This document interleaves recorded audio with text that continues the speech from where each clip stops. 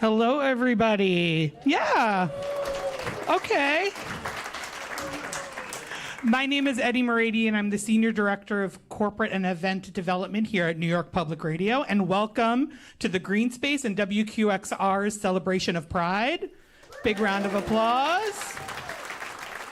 In the past, we've had incredible celebrations, lots of talent from the queer community, in case it is not abundantly obvious. I am a member of the LGBTQ plus community. Thank you in the back. Before we get started, I just wanted to say we couldn't be here in the Greene Space, New York Public Radio's live event space without all of you. So give yourselves a big round of applause. But I think you all caught me in my title. There was the word development in there, so that's why I'm up here. Everything that we do is listener supported, and it's thanks to our members and our donors and people who come out to our events like all of you. And I'm sorry, I'm a little nervous. We have things. Thank you. I do like encouragement and attention. Public media has never been more vulnerable or more valuable, and that is why we are asking for your support tonight. In addition to being here, I would love to encourage all of you, anyone who's not already a member, to become a member tonight. There's a QR code that will be up somewhere. I'm so committed to this idea that my shirt is like a QR code tonight. Got in that joke. I'm proud of myself. We would encourage you to become a member. If you already are a member, a big round of applause. Thank you so much. But if you would like, yes, okay, I said round of applause. Our sustaining members allow us to continue to do this work. Your gift allows us to weather any political storm and continue to be a lifeline for our city and a trusted voice for our nation. So please consider making a donation today. This is my last round of applause, I promise. And, okay, yeah. And we're gonna have a great show again tonight. I'd love to introduce our host for the evening, the immensely talented, the busiest person in New York City, Anthony Roth Costanzo.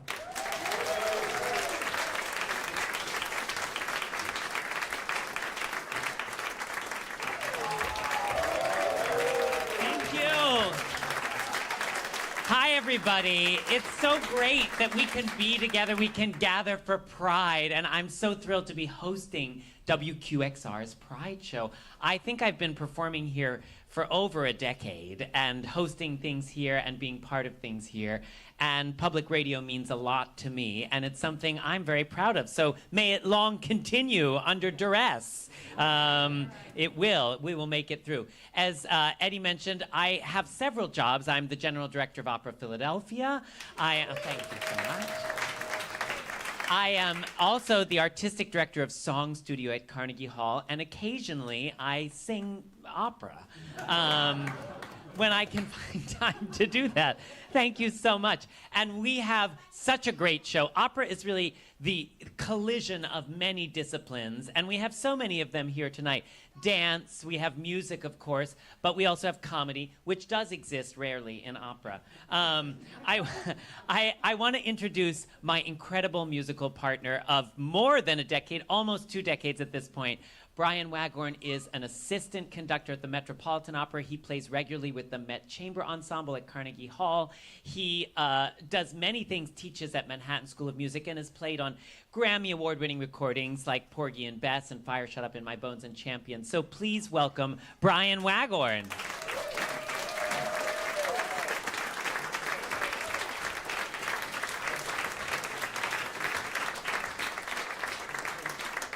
I wanted to start off the evening with something really classical. And I was thinking, what would be classical, you know, and kind of ancient and somehow still celebrate Pride? And there's a song by Thomas Morley. Do you know Thomas Morley, the British composer? Wonderful composer. I learned a lot about this song. These are the original lyrics to the song, and they mean exactly what you think they mean. And I felt it was really appropriate.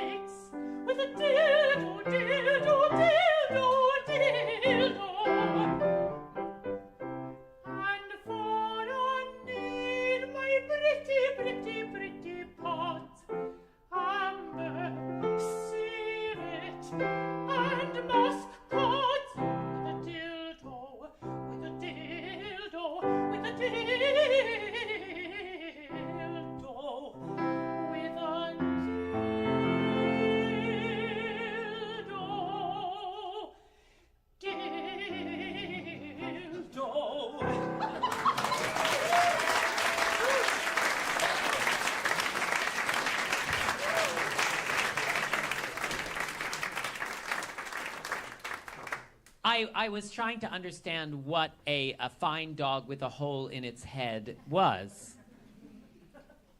And apparently, according to a dramaturg I spoke with, it is a kind of dildo through which fluid could exit from 1600 when that song was written.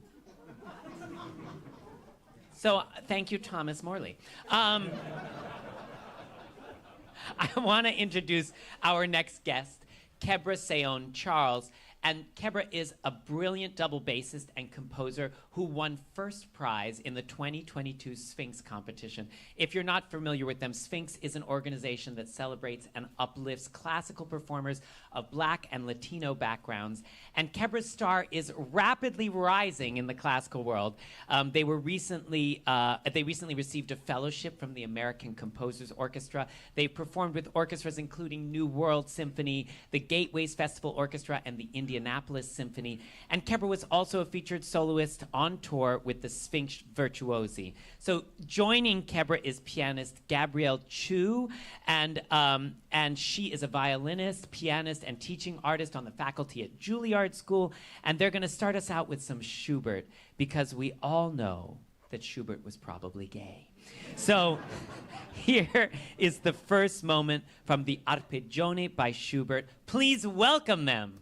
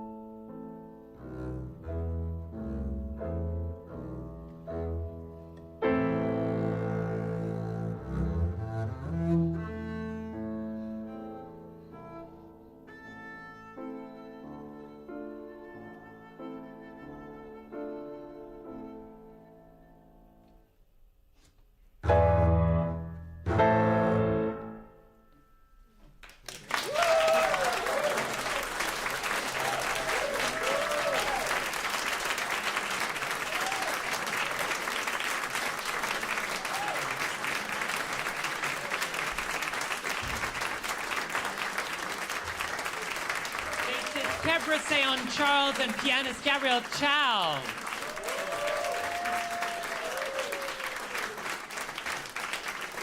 So beautiful. Thank you so much. I'm excited to get to talk to you. So my first question is that arpeggiata, it was written for an arpeggione, which was a kind of like bowed guitar, right?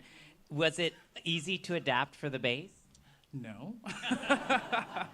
But I kind of, what is that? There you go. I like the challenge of discovering new things on the instrument. I like arranging. For example, one of my favorite pieces to arrange on this instrument is the Prokofiev cello sonata and stuff like that. That's so cool. So how did you actually come to find the bass, or did it find you, or how did it all begin?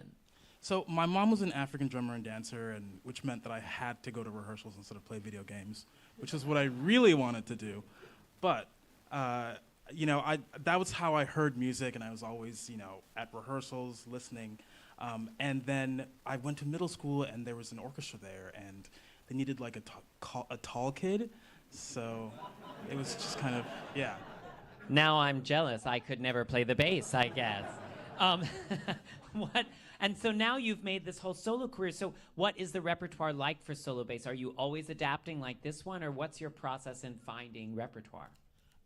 Since I'm a composer, a lot of my process is writing my own pieces. I just premiered a concerto with the American Composers Orchestra at Carnegie Hall in October. And thank you.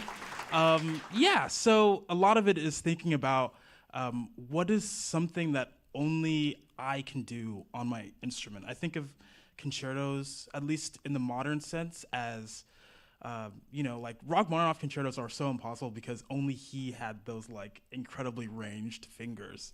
So I like to think about what is something that, only I can do because of my, hands or where I come from or what the type of music that I hear. Yeah. That's amazing. And do you have bass players that inspired you, like, that you listen to that drive you forward? My colleagues, they're so good.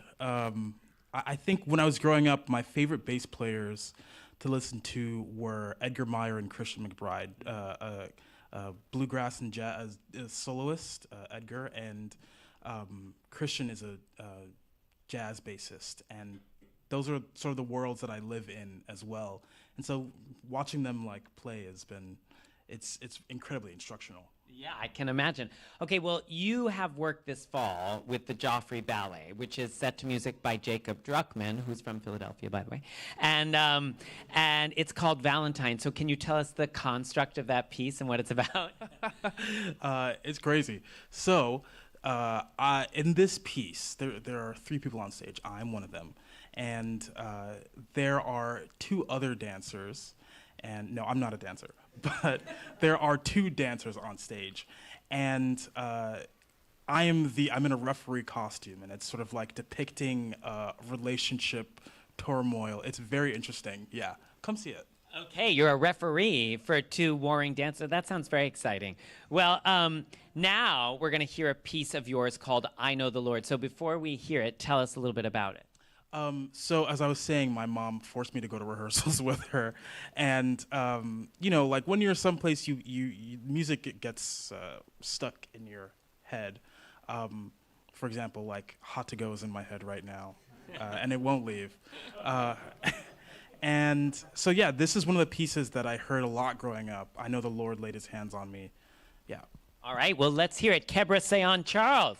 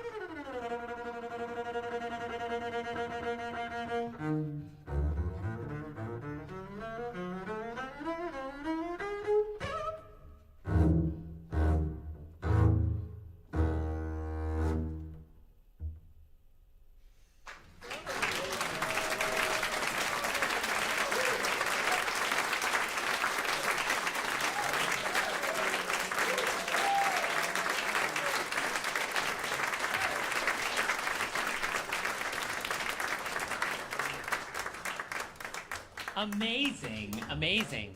Well, now I am thrilled to have the queer-led dance company called Michiyaya, and they're with us tonight. Their mission is to push the boundaries and center the divine feminine. They're based in New York City and Pittsburgh, and they've performed nationally at venues and institutions such as Yale University, Brooklyn Museum, Andy Warhol Museum, Gelsey Kirkland Theater, La Mama Galleria, among others. And the artistic directors are with us tonight, so we'll meet at least one of them in a bit. But for now, let's watch an excerpt from their new work, Road to Sky, with Michiyaya dancer Kira Sheena Nishimura Russ. Please welcome them.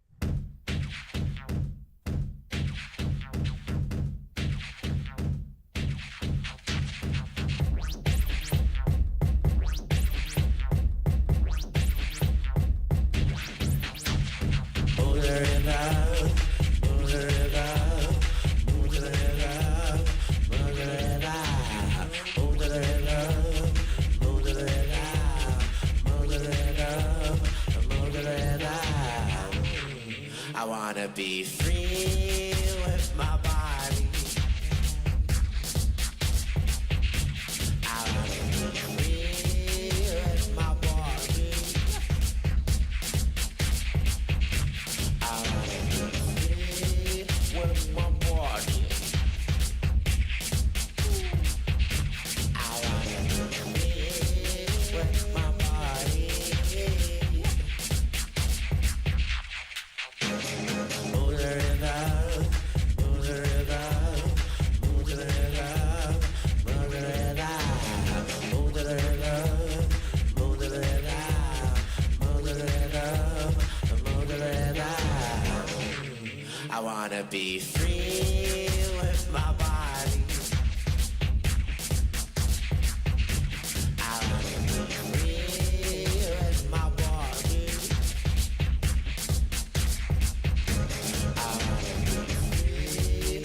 my body. I wanna be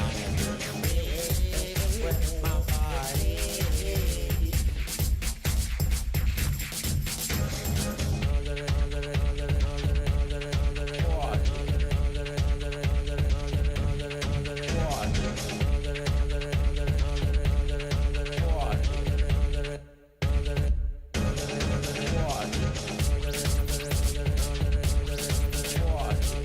with my body. I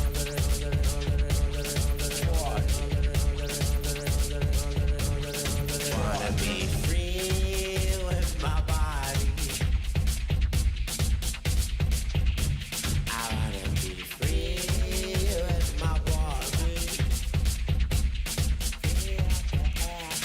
wanna be free with my body. I wanna be free with my body.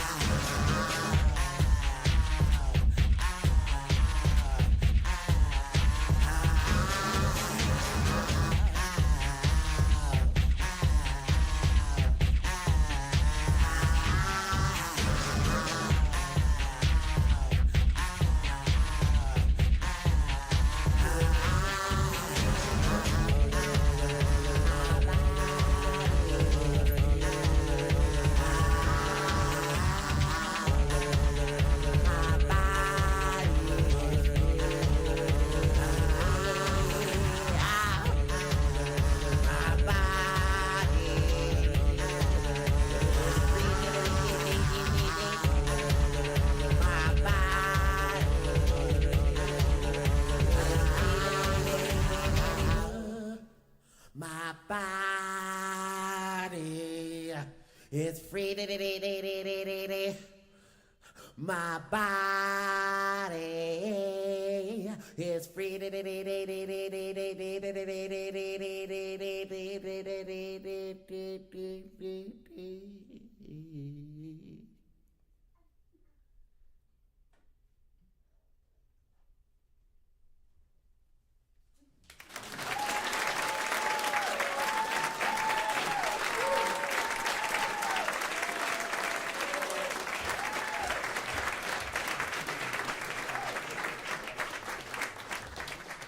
Well, let's welcome to the stage the co-founder and artistic director, Mitsuko Clark-Verdery. Welcome. Amazing. Hi. Tell us who this is. Yes. This is Anya, my partner, and Sora. Yeah, we didn't know if I had to step out. But you don't. We can all be here as a family, so I can ask you both. Okay, well, first of all, tell us about that dance that we just saw. That was an excerpt of a new work we're producing that's going to premiere in November in Pittsburgh at the Wood Street Galleries. We're playing with... You like that? Yeah, it was good, right? It's actually about her birth story. Oh, really? Yeah. Say more. From both of our perspectives, me as the supporting partner and Anya as the birthing person, this is just like a tiny, tiny bit of what it's going to be. Amazing. Well, that's so exciting. And the music is from a friend of yours, Abdu Ali? Yeah. So tell us. them up. Okay. They're a non-binary writer, poet, musician. Yeah, really awesome person. And tell us about how you started a dance company in today's world. What's it like? How did the idea, where did the inspiration come from? So we started it actually 10 years ago this year. So this is our 10th year as a company. And we just really were really into each other, honestly. And that's kind of how it started. The company and our relationship started simultaneously. So yeah, we really wanted to center the feminine body, but also what does that mean in a body that is non-binary. So That's amazing. And we mentioned a little bit about the mission of the company. Where do you hope that it goes from here? We want to expand. We've really mostly done proscenium setting works. We want to expand to galleries and site-specific works, and really just be more exploratory with where we see dance and make dance, and yeah. That's so amazing. And what is the landscape now for queer dance companies? What is it like in today's world? Dance is super queer, but we want to see it more in the forefront. It's very gendered, it's very binary. So yeah, let's keep expanding. We've got a long way to go, but thank you for pushing us there. Well, thank you, Mitsuko and Anya. It's so great, and great to have you both here. Thank you.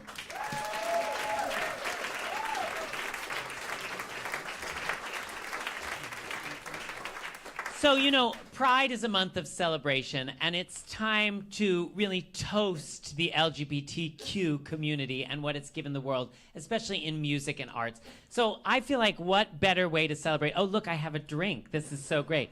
Can I do a drink and a microphone and cue cards? We're about to find out. But I thought, what better way to celebrate than have a little toast? And I thought we could also play a little game. So we're going to come around with a cart and pass out drinks for those of you who want to toast. And meanwhile, grab your drink, and I want 2 volunteers from the audience. Will anyone come up and join me for this little quiz? Oh, come, yes.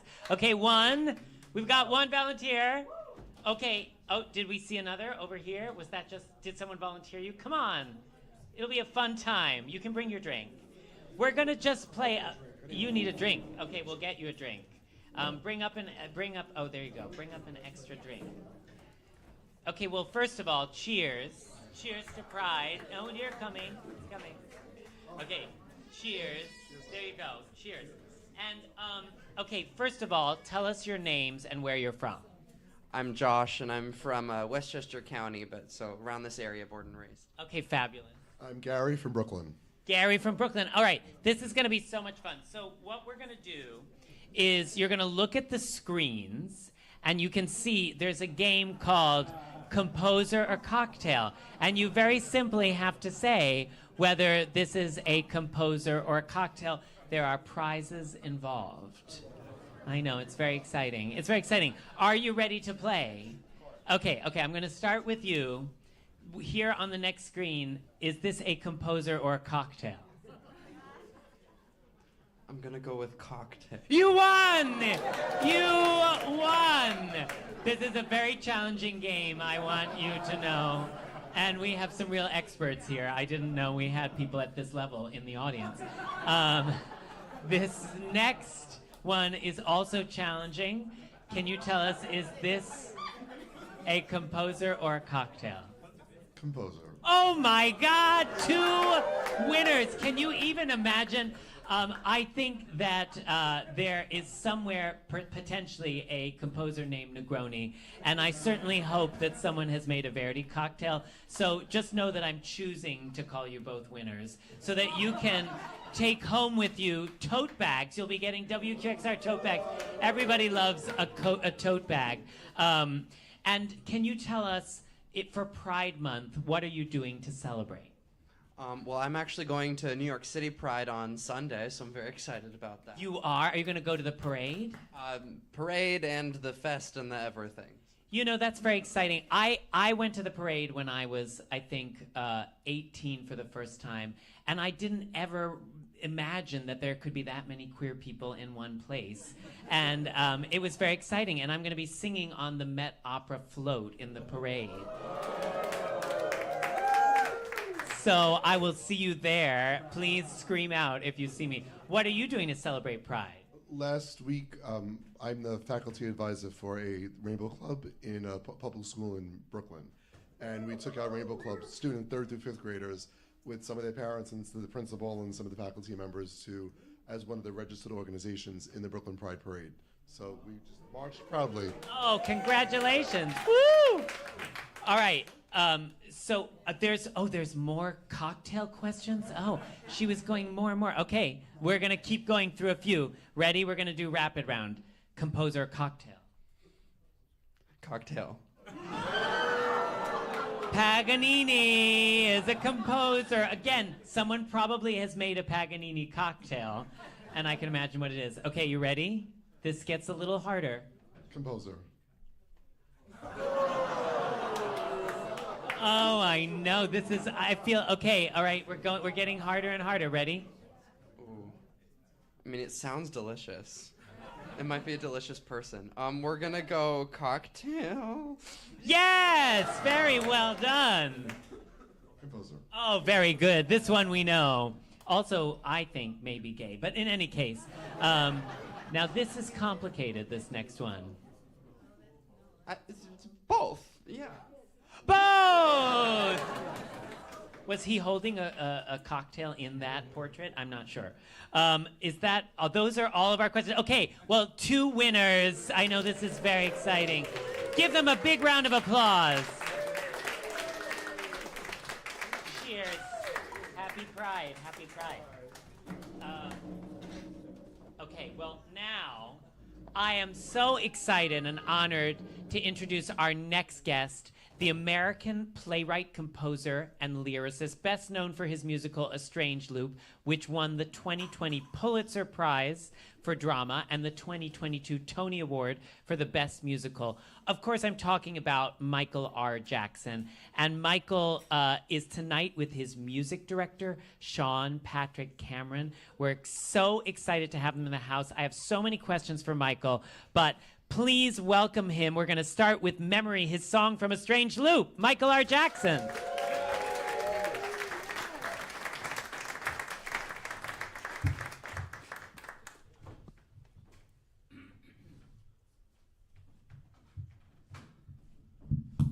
I'm older, so I still need words in front of me. But yes, this is from A Strange Loop, which the less said about the better. No. Just joking.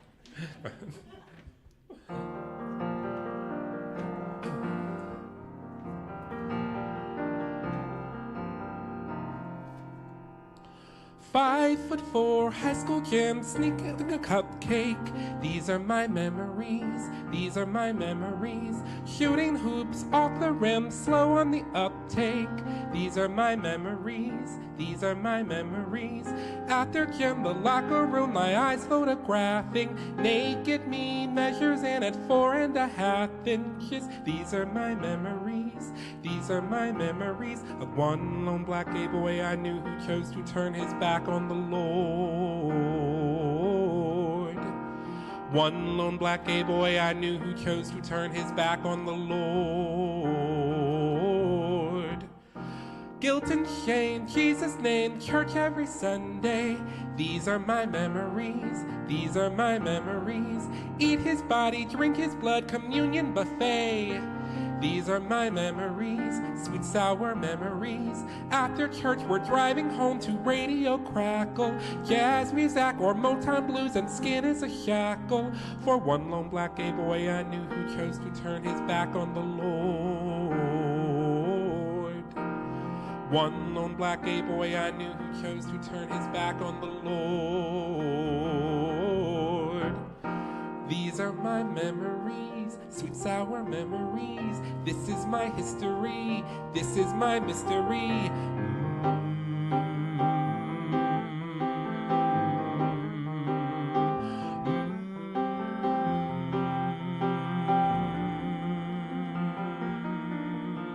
Mom is napping on the couch and Dad cuts the grass while I watch TV all day long, young and the restless. Like one lone black gay boy I knew who chose to turn his back on the Lord. One lone black gay boy I knew who chose to turn his back on the Lord. Dad is drunk and on the couch while Mom eats a pork chop. Daily bread mill, daily treadmill, won't ever stop. One lone black gay boy I knew who chose to turn his back on the Lord. One lone black gay boy I knew who chose to turn his back on the Lord. I am lying on the couch, I dream that I'm flying, flapping both my wings so hard to keep me from dying, with the crown of God-forsaken thorns on my head. Like all those black gay boys I knew who chose to go on back to the Lord. All those black gay boys I knew who chose to go on back to the Lord. All those black gay boys I knew who chose to go on back to the Lord.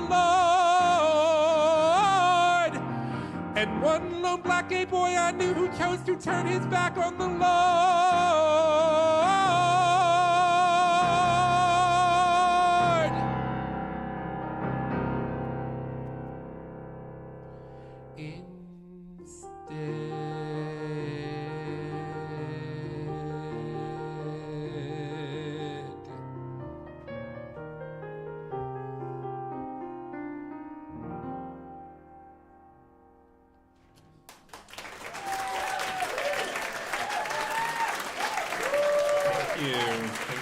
Thank you. So good. Amazing. Well, first of all, I mean, do you have anything to say about that show that it's from, A Strange Loop? Oh, yeah. A Strange Loop is a show that that sort of began as a monologue that I started writing when I was about 23 years old, and over a 15 to 16-year process, wound up off-Broadway at Playwrights Horizons, and then went to Broadway in 2022. That's right.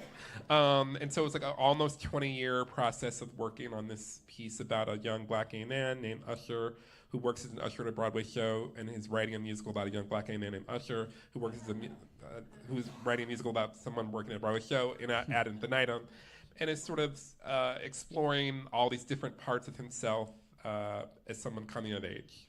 And you have performed the show yourself before. Can you tell us how that happened the first time? So about a week before A Strange Loop closed on Broadway, all the actors and the understudies and the swings were all sick.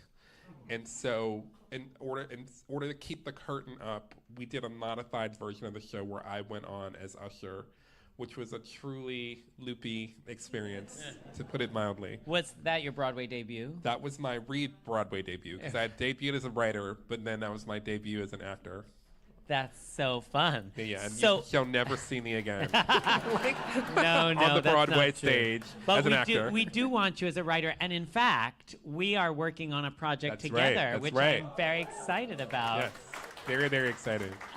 You're writing your first libretto for an opera. I am. So, first of all, how did that come about?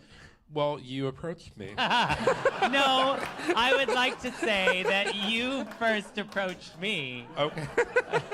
before I ran an opera company. And Oh, wait, did I do that? You I called like me up. amnesia. You called me up, and I was like, "It's Michael R. Jackson," and he said, "Can we have lunch?" And we went to lunch, and you said, That's true. This was years ago. But I was just being theoretical. I I didn't know think you would actually do it. You were like, I want to write a libretto, and I was like, oh, okay, well, what can I do about it? I don't know. And so I came to you with an idea by Justin Vivian Bond. That's right. The amazing cabaret artist, and it was basically just a title. I mean, she said, I want to play a woman named Sue, and it could be called Complications in Sue. Yes. And I wanted to commission a new opera right away, but I only had a certain amount of time. So the only other framework I gave you was if it could be in 10 different parts, I would ask a different composer to write 8 minutes because I thought I could get famous composers to write 8 minutes rather than write a whole opera. Right. And so I said, do you think you can do that? And you did do that, and I did do that somehow. It's so exciting. I like, I've been a big fan of opera. When I was a little kid, I was a chorus child in Turandot in Michigan Opera Theater. And so I was like, La sui monte deles. You know, I've never forgotten it. Like, all this, I was like 11 years old. I'm 44. At 30 years, I like remembered that. And I love the scale, the scope of opera, the possibilities of it. So it's really exciting for me to have this opportunity to dive in, and not just with one composer, but 10 of them. It is an amazing libretto. I mean, everyone who works in opera is shocked by the fact that it's like so layered and so elegant and so simple. So all of the composers Come are now, on down. Yes, exactly. Come see it in Philly. And all the composers are writing right now, and it's an incredible cast of 4 opera singers and Justin Vivian Bond as an actor in it. Yes. So it'll be thrilling. Yes, very excited. So you're going to do 2 more songs for us. Will you tell us about them? Yeah, so the next song is also from a Strange Loop. It's called Inner White Girl, and it's a moment from the show when Usher is sort of singing a song that's about his sort of desire to sort of move beyond his category in a certain sense, and it's kind of self-explanatory from there. And then the next song after that is a standalone song that I wrote 15 years ago, something like that, a really long time ago. But I was dusting off my archives recently, and I was like, oh, I like this song. I'm like, it's a different kind of thing than people sort of know me for, and so I wanted to share it with you all. It's called A Happy Guy. More of the rare pleasure of Michael R. Jackson singing.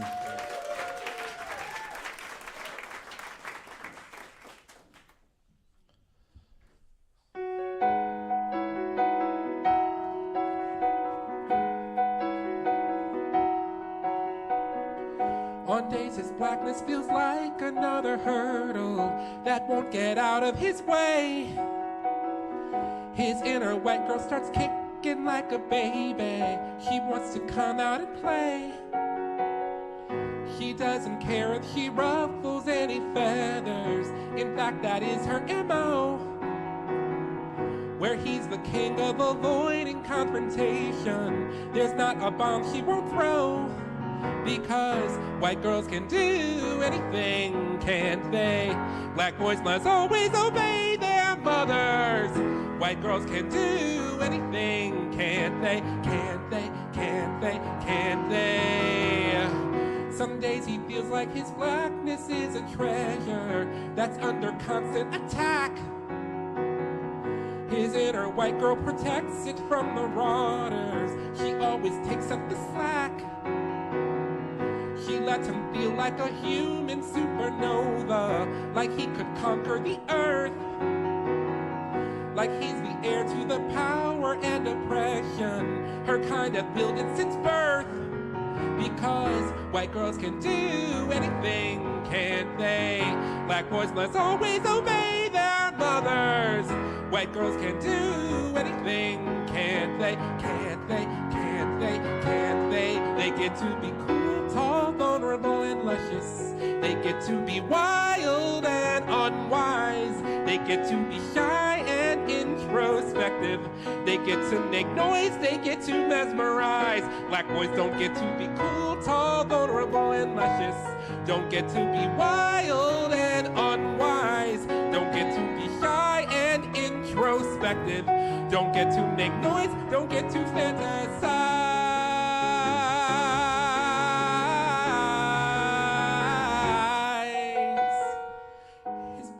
Doesn't look blue in any moonlight, which makes him harder to see. That's why he clings to his silly inner white girl, the same one clinging to me. We want to be free, we want to belong, we want to other love or validation, but neither come easily. So her siren song keeps us in total subjugation. We want to be cool, tall, vulnerable, and luscious. We want to be wild and unwise. We want to be shy and introspective. We want to make noise, we want to mesmerize. Why can't we be cool, tall, vulnerable, and luscious? Why can't we express in our own way? Why can't we unleash what's locked inside us? Who made up these rules that black boys have to obey?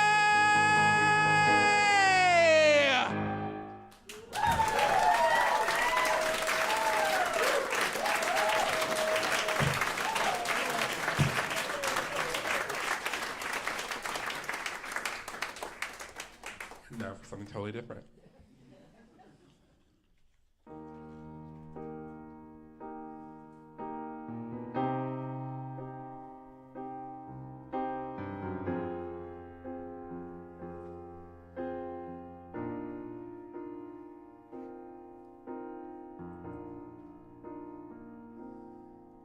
He's a happy guy who doesn't make many mistakes.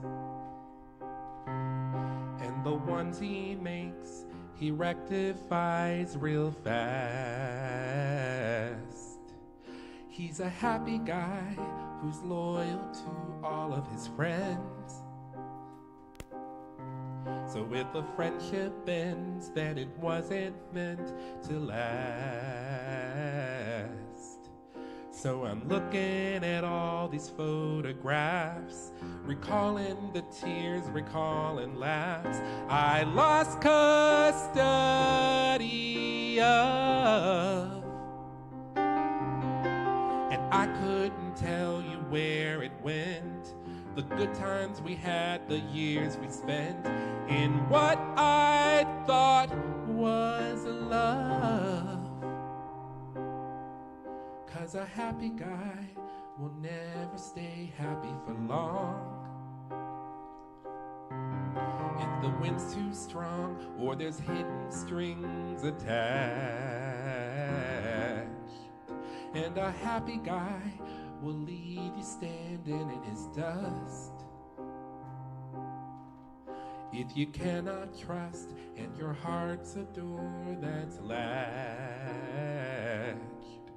So I'm looking at all the things I did, regretting the lies I poorly hid. I put myself above, seeking some childhood applause. I clung like a barnacle because I thought that was love.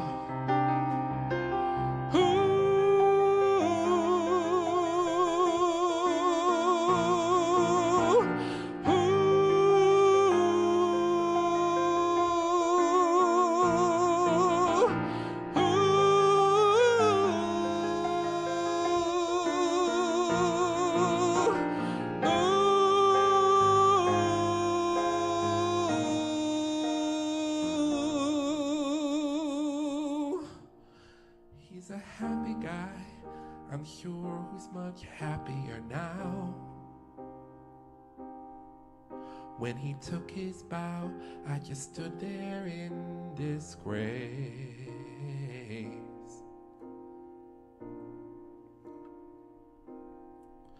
With a happy guy, it stings me if I reminisce.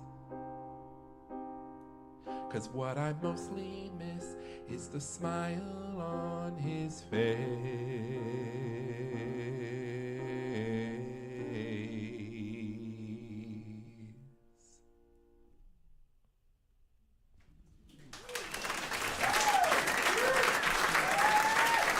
Thank you so much.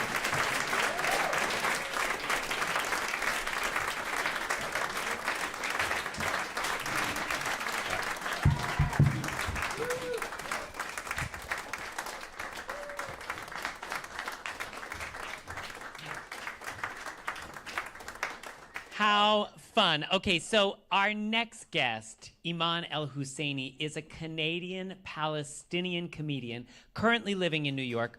Over her decade-and-a-half career, she has accumulated an impressive list of credits, such as the Amman Comedy Festival in Jordan. She's a regular at the prestigious Just for Laughs Comedy Festival in Sydney, Australia. Toronto, her hometown of Montreal, Canada. Her third comedy album just dropped last week, Woot Woot, and that can be heard on Sirius XM Radio and all audio streaming channels. I'm excited for this. Please welcome Eman El-Husseini.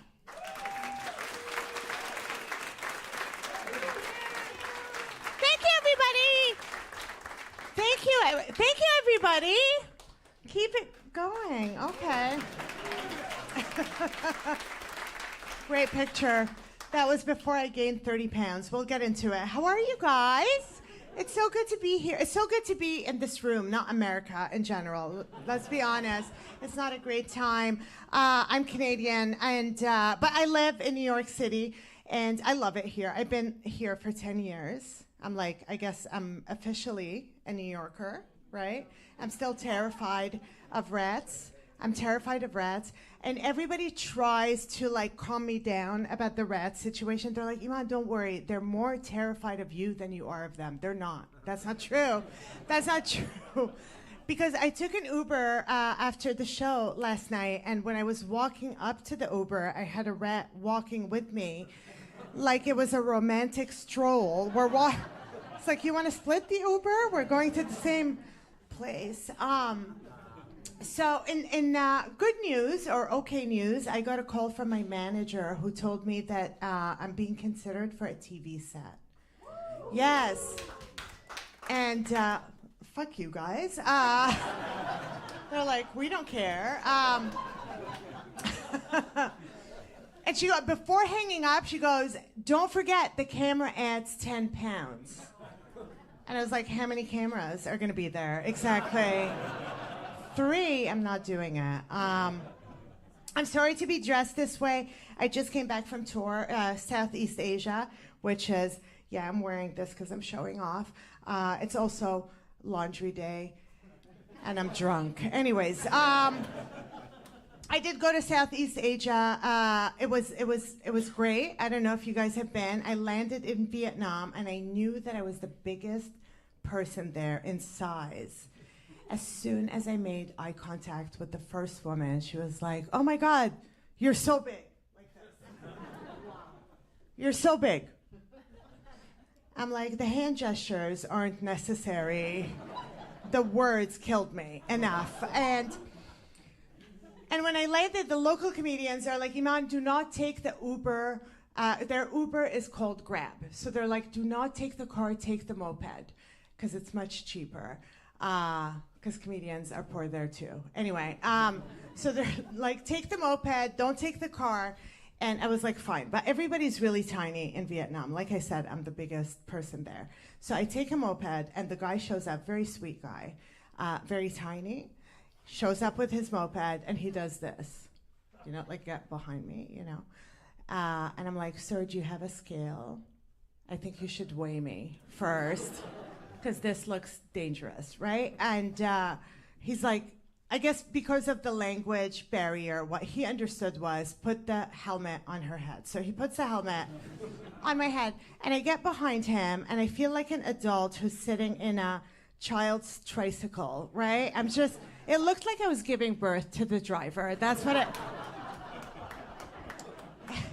And they go really fast. And he feels I'm nervous, because I'm like, picking up my butt off the seat, as if that would affect the weight. I'm sucking in my stomach, disaster. So he goes, where are you from? Where are you from?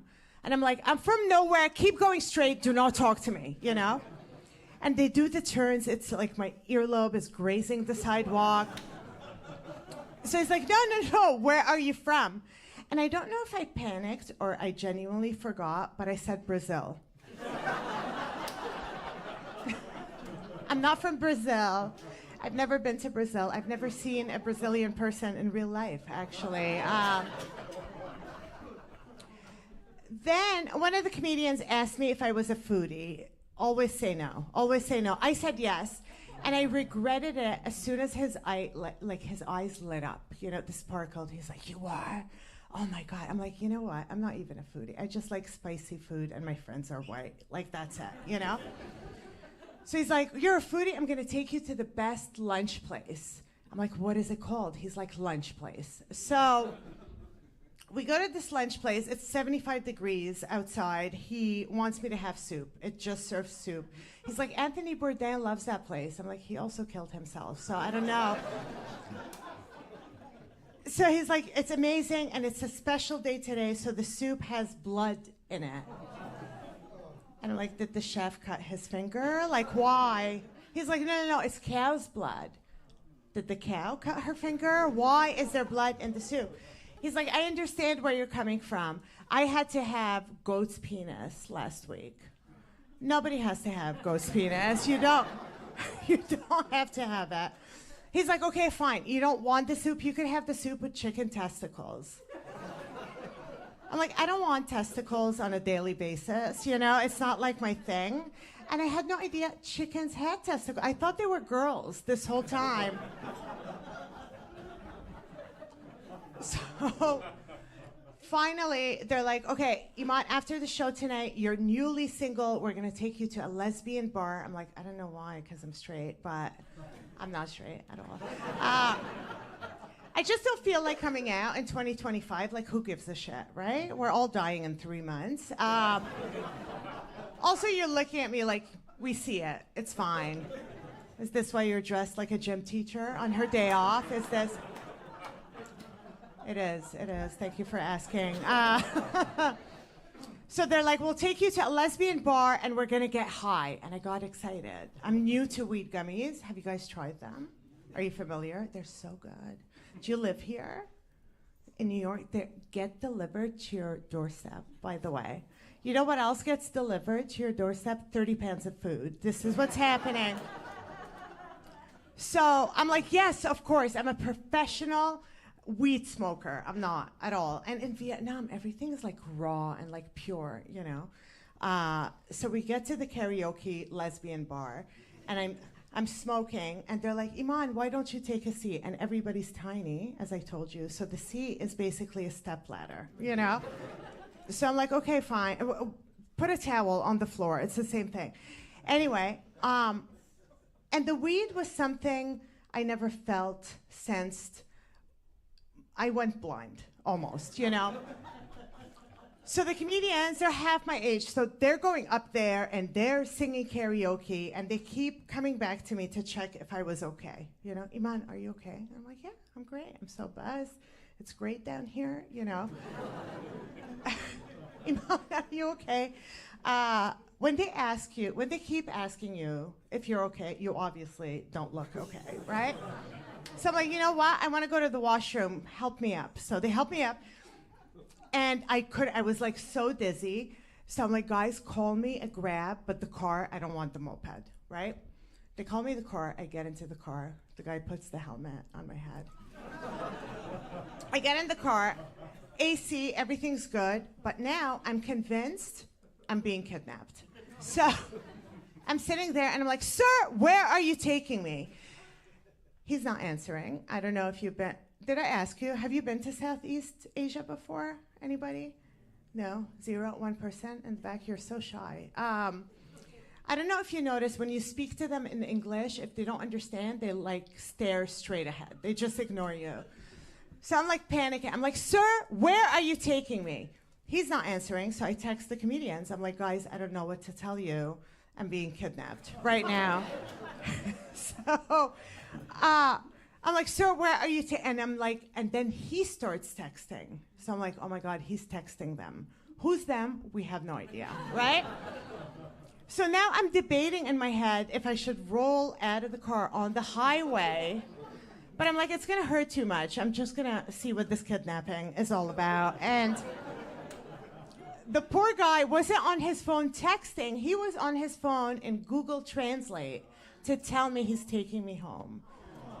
I sponsor him and his whole family. You guys have been amazing. Thank you so much. So much fun. I'll wait for Anthony. Fabulous.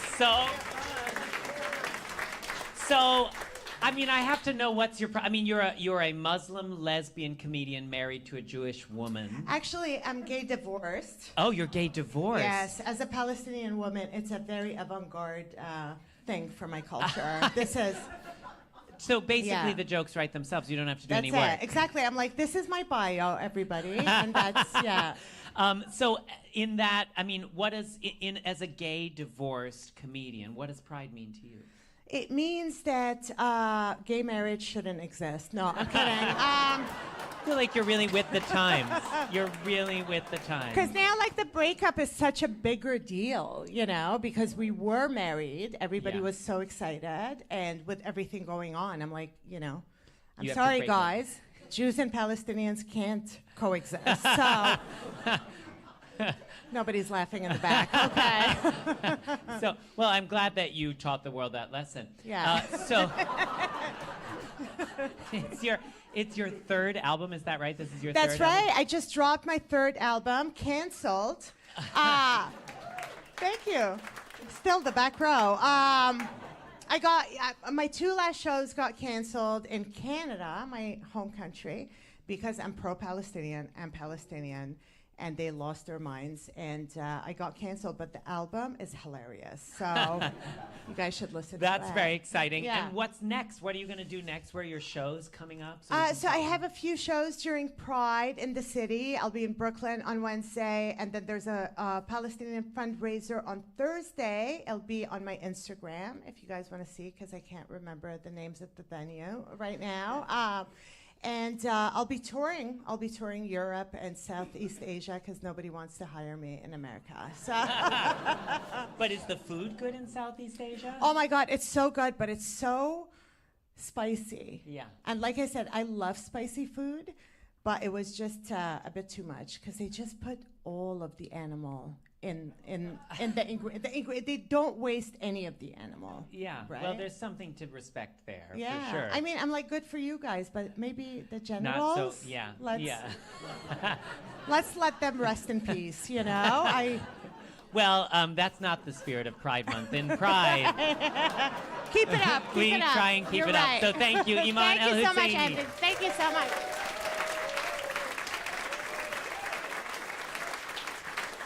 I want to welcome back yet another Canadian. We can't escape them, Brian Wagorn, to join me on the stage. And we're going to close out the show with a few Barbra Streisand songs. Because it felt like Pride to me as a little gay boy listening to Barbra Streisand. And you know, this is not, in fact, the first Michael Jackson that I've worked with. I worked with another Michael Jackson. And I have been writing a book, and it is coming out on Farrar, Straus, and Giroux. And so I was revisiting all these memories. And I was remembering being 12 years old and singing backup for Michael Jackson. And I went into this huge recording studio, and we signed this big NDA release. And so I don't even remember what song we sang, but we sang it. And afterwards, he threw us this huge holiday party. He said, I'm going to throw you this Christmas party. And I said, it's October, but okay. And so he threw us this incredible party, and there was a big throne, like a Santa Claus chair, and he gave us all presents. And anyway, a lot of people ask me the same question about that experience. And I thought that this Barbra Streisand song was the best way to answer it.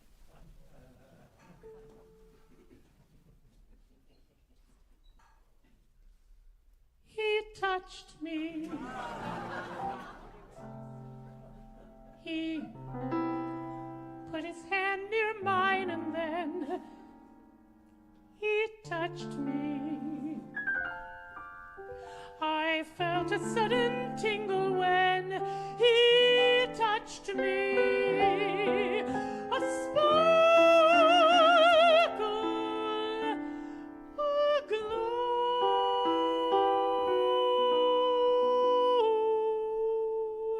He knew it.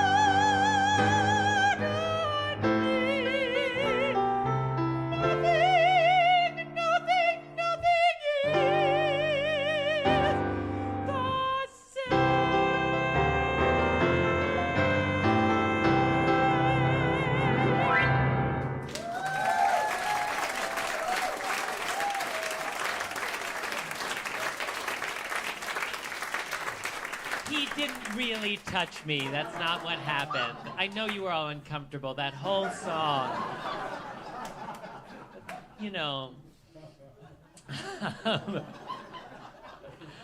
I was thinking about my first actual love affair when I was 18 years old, and I had been invited to sing in a ballet in Italy and Greece, and there was this Italian dancer, and he was so beautiful. And I'd never been with a man before, and he didn't speak any English, and I didn't speak any Italian. And within 2 weeks of being together, my Italian was completely perfect. I was totally fluent. It's true. I don't know. It was like it just arrived in my brain. Even the subjunctive tense was there, and we were having a discussion at our opening night, and we were backstage at the Teatro Antico in Taormina. Have any of you ever been to this amphitheater in Sicily? It's over 2,000 years old, and the back wall has fallen out, and you can see the Ionian Sea in the background and Mount Etna. And I remember I was there, my hair was spray painted hot pink, and my t-shirt was torn but put back together with safety pins, and I had a brocade jacket on. And he was in this kind of leotard for the ballet, and he had these white gloves that had been dipped in blood. And we were standing there, and all of a sudden, Mount Etna started to just dribble a little stream of lava. And in that moment, he turned to me and he said, "Anthony, io t'amo." And that means I love you. And it was the first time anyone had ever said I love you. And it's never been good after that. Nothing has ever lived up to that. But of course, it ended in a very Italian way. He, I said I was going to college, and I'm not sure that I needed an international boyfriend if I was going to college. And I didn't have the conversation in the right way. And he slammed the suitcase and walked out the door. And I remember feeling this anguish, this very operatic anguish. And in any case, this little song for Matteo.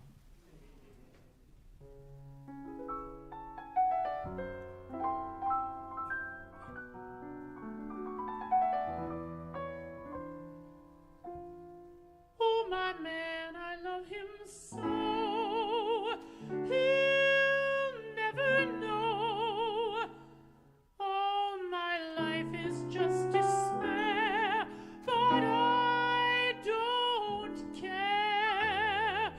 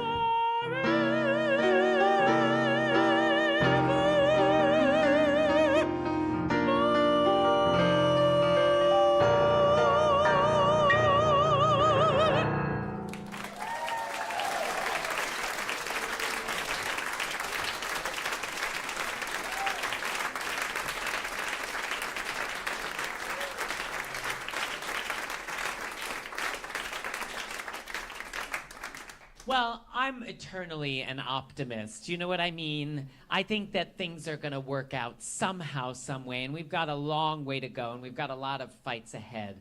But I didn't want to sort of sing about that and the anguish of that. I thought we should end on, you know, a very gay and happy note. So let's do it.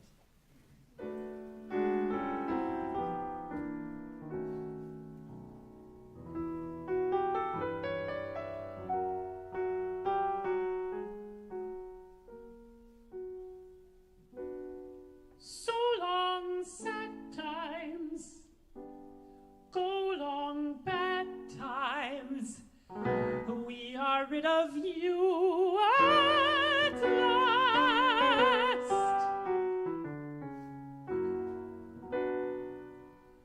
Howdy, gay times, cloudy, gray times.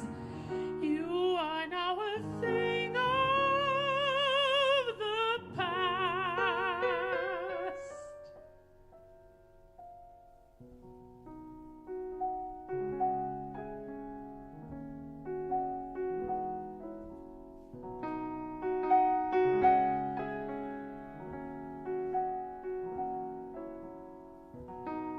Happy days are here again.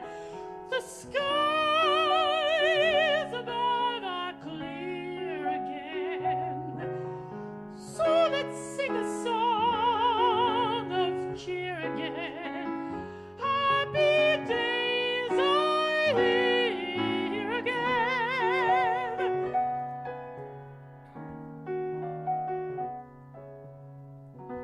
All together, shouting out, there's no one who can doubt it now.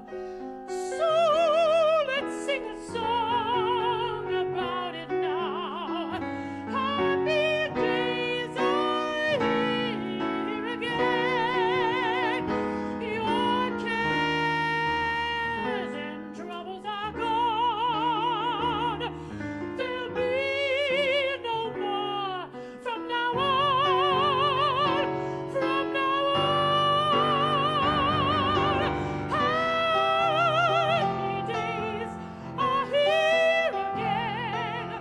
The skies above are clear again. So let's sing a song of cheer again. Happy times, happy nights, happy days are here again.